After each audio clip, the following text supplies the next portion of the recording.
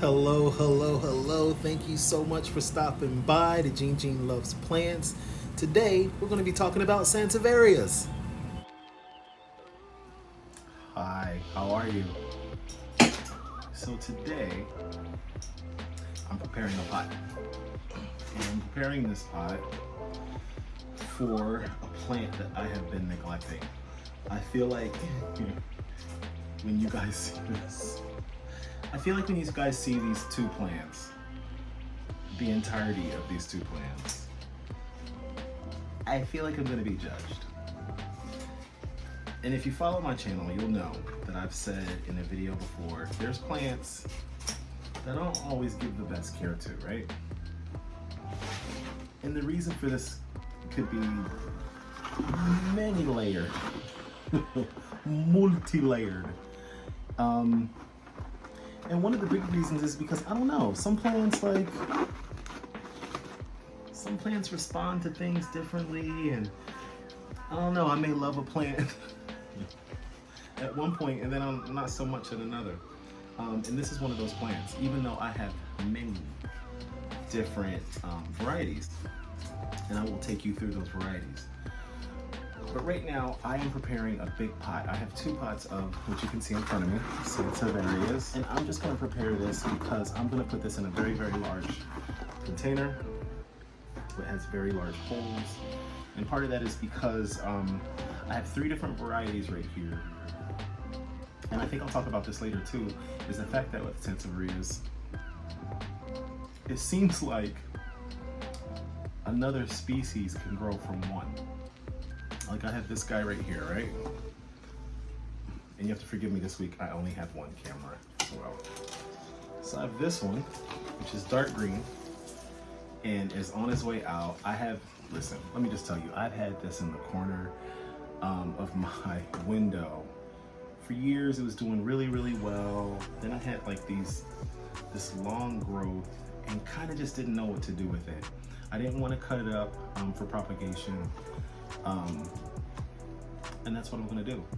But this pot, just kind of left it alone, and it grew this one with the yellow on the side, right?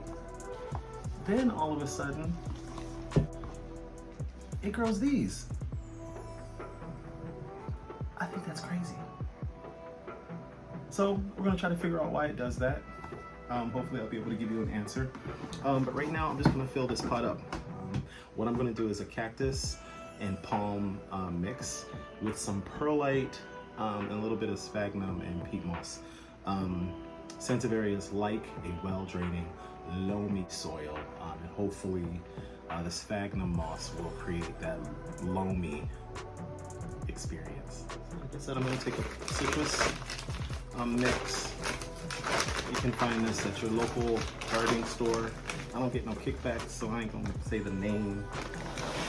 Because it just doesn't make any sense for me to promote this company. And they ain't giving me no ducats.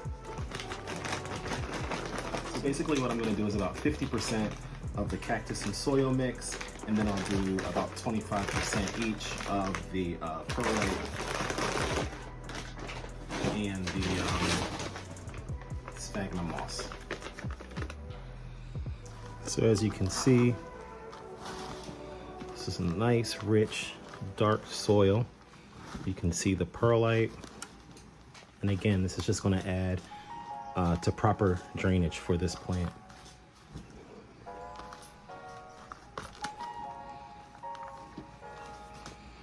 And again, I just put a little bit of the chicken wire at the bottom, just so that none of that dirt would filter through. See?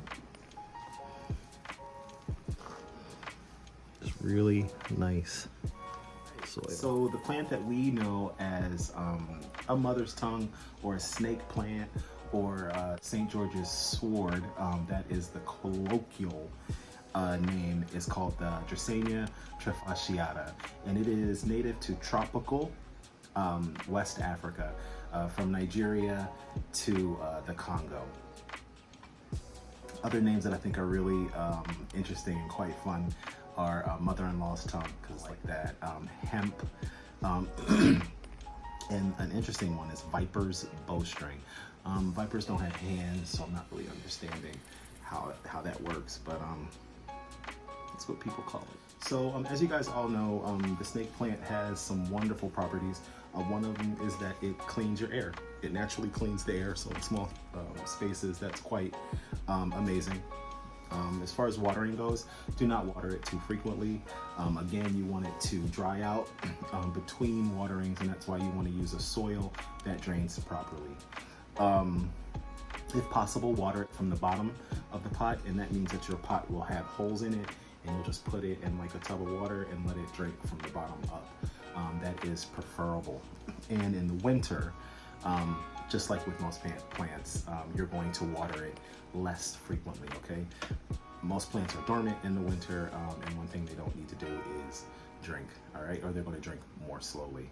So lighting conditions, snake plants really thrive in bright light or bright indirect light, but what makes them really amazing is that they also do very well in low light, which makes them really great indoor plants. They're very hard to kill. So I'm going to show you the snake plants that I have, or the other snake plants that I have that are actually doing well. So this is one. It could be doing a lot better. You really can't see.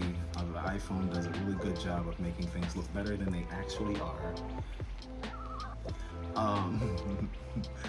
But this can do a lot better. So I'm going to take this plant, and I'm going to take this one, which is 3 different snake plants, and I'm going to put them into one container, okay? And I'm also going to give you the names. So right here, and this is a CYLINDRICAL. It's kind of like white and frosty. I don't know where it came from because it came out of the pot. So this right here is the black and gold extreme. Right here, this old sad plant right here. I don't know if this is gonna last this repotting, but we'll see. And this, the original plant, is called a black coral. Okay, so it's darker. So again, I am going to cut these long ones up. I'm going to replant this plant, and then we'll do updates, and then I'll show you my other Sansevieria. Fun fact, the Sansevieria, or the Dracaena trifasciata, I have to say it like that in order to get it out right, or else I'll just be like,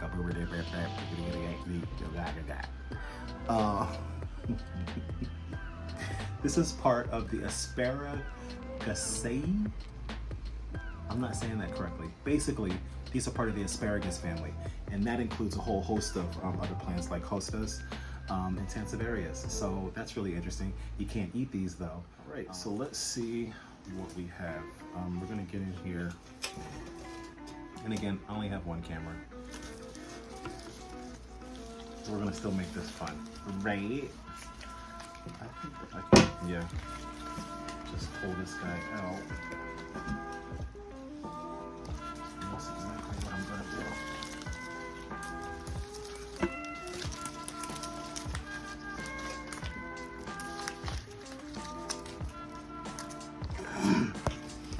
Lay that down. I'm gonna do the same with this. We're just gonna pull this right on out.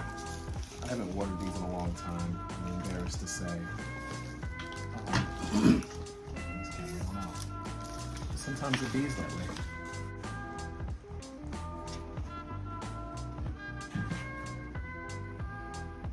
Alright, so you can see that I have separated these guys.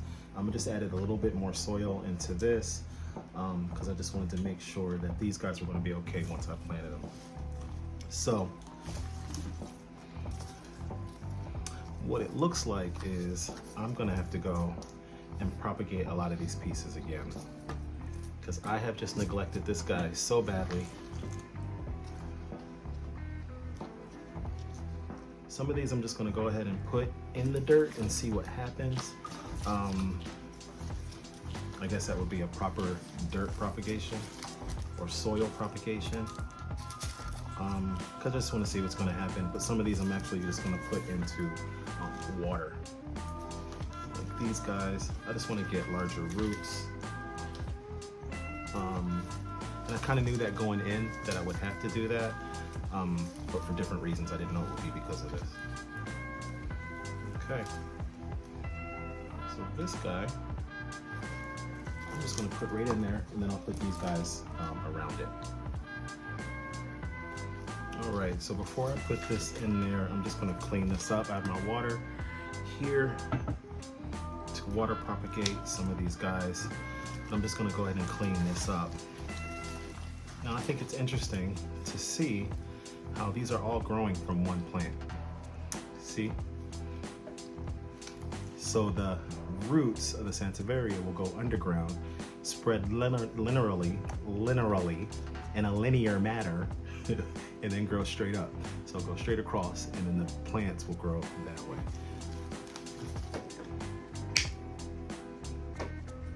I'm just gonna cut these guys off,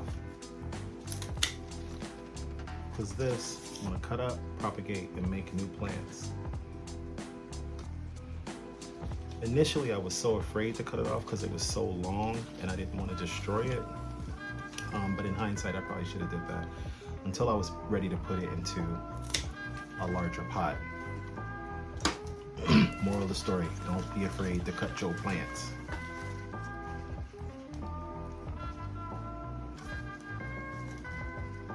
Fits in there quite nicely.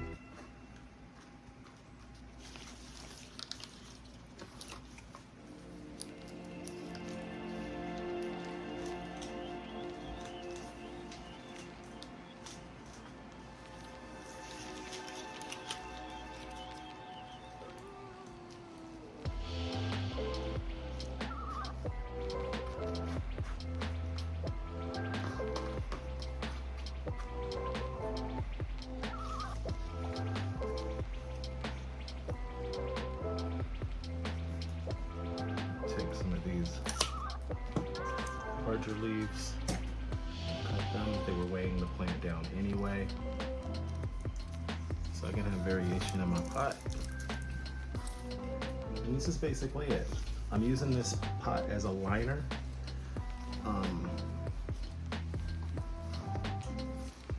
So I can get a larger, more decorative pot. So I'm gonna water this and settle it. So I'm gonna use this dirt, I'm gonna put it in there. I don't wanna waste dirt. It already has a relationship with the plant. So we're just gonna throw that back in there. Like this. I'm gonna cut and propagate. Here are my scissors. I'm gonna show you 2 ways that you can get this sucker to grow, okay? Yeah, I feel like I should just put this right in the dirt. I'm gonna try that. These 2, I'm gonna put right in the dirt. They look pretty good to me, right? There are no roots, but I feel like they'll come. Okay, so I'm gonna show you these guys. So these are the leaves that were too long. What happened is they grew, they were really like solid, and then they just started to bend over. And I could not get them like plumped up for nothing. So I have 2, and this one's a little bit bigger. All right, so the one thing that you wanna make sure is that you know the top of your leaf and the base of your leaf, because if you plant it upside down, it will not grow, okay? So I'm gonna cut this up into maybe like 4 pieces. So here, this is the side that's up, this is the down side. I'm just gonna plop that in there. Same thing, this is the top, this is the bottom. Just put that right in the water. And then with this, I'm gonna do something a little bit different. I'm gonna cut a notch. And what I like about this method is that you get a little family of Sansevieria buds right at the top of your thing. So right there, you'll get these beautiful buds, and I will give you updates on that, okay?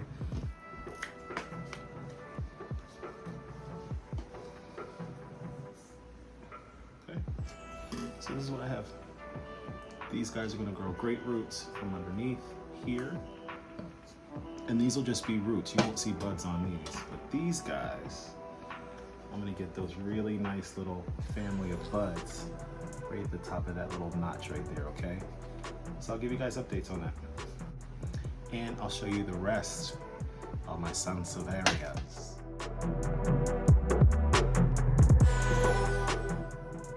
So this right here is one of my favorites. This is a Drosenia angolensis or a Sansevieria cylindrica. And why they call it that is because it has these beautiful cylindrical roots. This is beautiful. They grow flat, as you can see right here, right? And then, as you can see here, they fold in to each other. So this is flat, it folds in, and then it makes this beautiful cylinder, which I think is quite freaking amazing.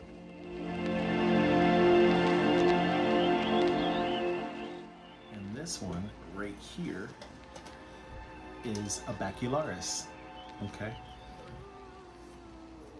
Isn't this amazing?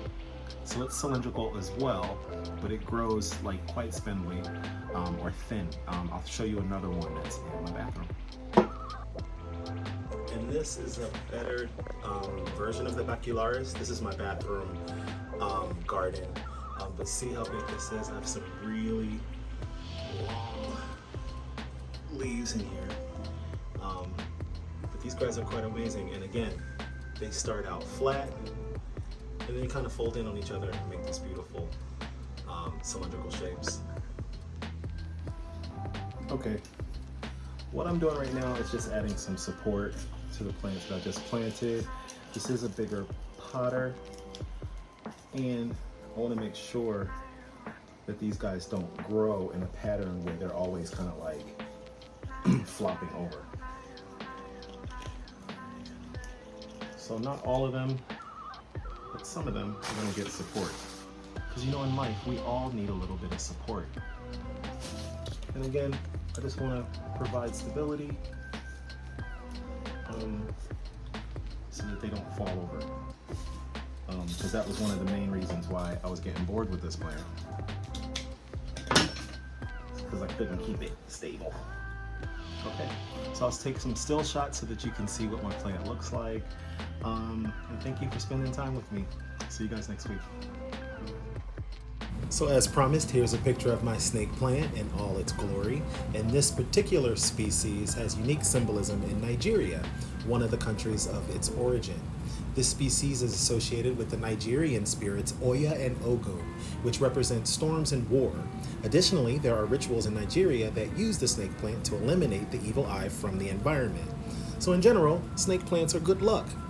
Again, thank you for stopping by. Make sure you like, subscribe, and I'll see you next week.